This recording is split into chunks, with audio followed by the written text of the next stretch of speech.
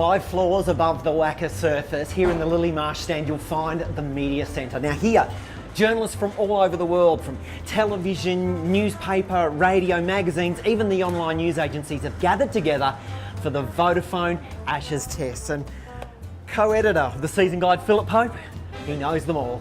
How you going? I'm very well, thanks. Take us through. Let's see what we can find. So if you just come down with us here, this stand has been going for 20 or 30 years, and we've got a variety of rooms or boxes that we place different types of media in: radio, TV, print, etc. And if you just follow me down here, we're gonna start off by having a look at the B Sky B box. Now, B Sky B is the broadcaster from the UK that transmits the pictures from these Vodafone Ashes live into the living rooms in Britain. There's Michael Holding, former West Indian fast bowler. He's been commentating. So as we come into the box here, we probably have to be a bit quiet. David Gower, the former England captain, is just lurking at the back, having a chat. We've got David Lloyd, also a former England captain and coach.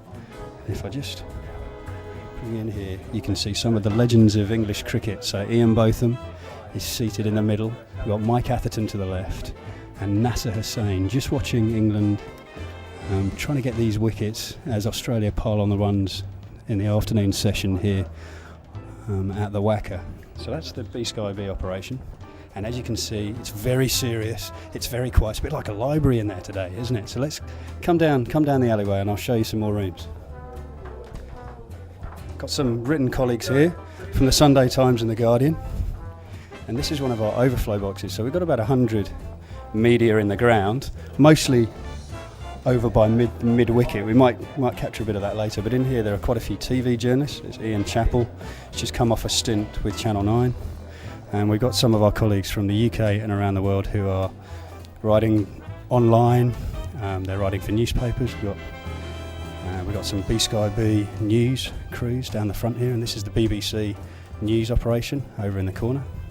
Daniel Brettig from Australian Associated Press, and the Times just here on the back. So this is a very small group of people. We've got probably another 100 or so media over the other side of the ground. We might show you them later. Come for a wander with me. We'll see what else we've got down the alley. So we'll go to the next room. This is Shill Berry, editor of Wisden. He'll be recording this for posterity. And let's go into the ABC radio box. Let's see who we can find in here.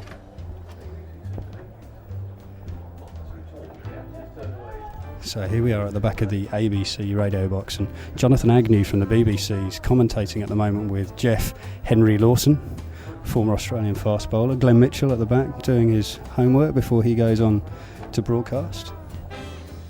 There he is, making sure he's up to speed with everything that's happening in the Twitter world. And as you can see, Jeff and Jonathan Agnew here have got some of the best seats in the house. Really brilliant view right behind the bowler's arm. And they've got a couple of TVs to help them, and of course all the emails come in from all the radio listeners over here to the producers. And just in the corner down at the front you'll have the ABC scorer helping them with any difficult conundrum.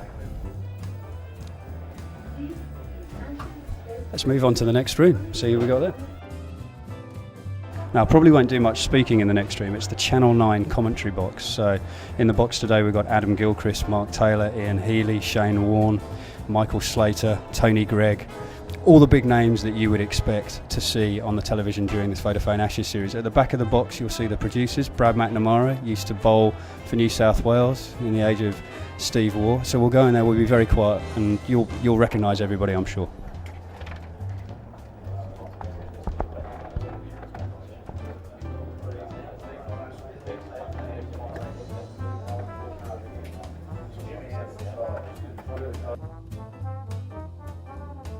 So we've just got Shane Warne, Ian Healy and Tony Gregg commentating at the moment.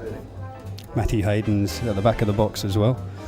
And of course Max Kruger at the front there with his pen doing the scoring for everybody in the box.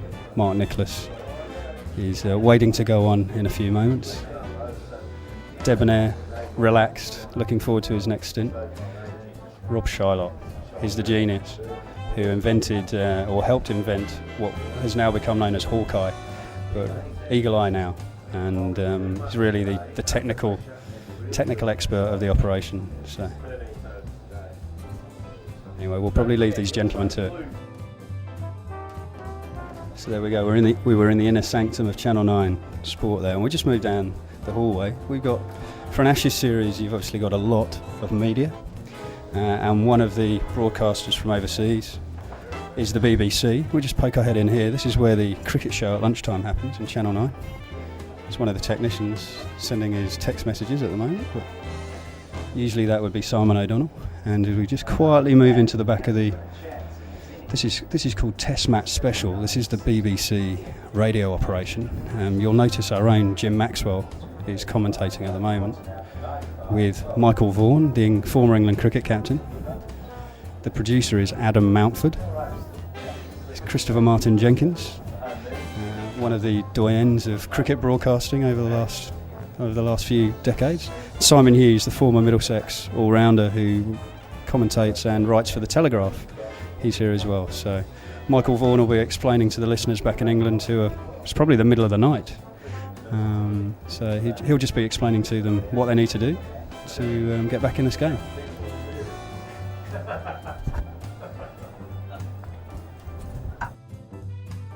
So there we go, just getting a bit of a ribbing there from Michael Vaughan. What you come to expect in this job. Geoffrey Boycott just behind us, one of the BBC broadcasters. How's the day going, Geoffrey? The cricket is wonderful. The result is going to be, can't repeat it. Well, there you go. There's another Englishman looking forward to an upturn in fortunes. So let's wander through here. BBC have got a second operation. It's called Radio 5 Live. This is the news service. So every 15 minutes or so, in between the worldwide news, the Premiership football results, anything else that might be going on to the world, they come live to Australia for 2 or 3 minutes of what's been happening in the cricket. So let's just move in here for a moment. Geoffrey's one of the commentators. Alex Stewart in the corners, one of the expert analysts. Mark Pugach, one of the voices of the BBC, is broadcasting back to the UK. And here we go. This is the producer that everybody wants to be. They really are very, very professional in here. BBC Online's also got a big presence in Europe. We've got Tom here doing his best on there. I'm sure he'll be minute by minute telling the people back in the UK online exactly what's going on. Probably tweeting as well, I guess. So there we go. We'll leave them to it. And just moving into the final room here. This is where some of the announcements occur. We've got Libby Owens, who looks after Cricket Australia's media rights. And, my word, we've got an Olympic champion and a Commonwealth silver medalist. Steve Hooker has joined us from your training in Perth? Yeah, I live and train in Perth. So it's always good when the cricket comes to town to come down here and have a look. And what better location to watch it from than up here? It's an amazing view. And how do you reckon the Aussies have gone? We're going absolutely beautifully. Mike Hussey, I think, is this his 6th consecutive 50 in the series? He's doing beautifully and well on the way to the ton at the moment. So the boys are looking good, and good to see Steve Smith getting some runs as well. And you've had a good 12-18 months, so you must be looking forward with some confidence to London 2012. Yeah, definitely. It's been a big couple of months that I've just been through, and I'm looking forward to the next 6 months of training here, actually, just enjoying being home and getting some work done, actually. Great. Steve Hooker's obviously the current Olympic, World and Commonwealth champion, so he's at the top of his game. Let's hope the Aussies can emulate him on the field out there. Thank you very much for joining us at the Media Centre.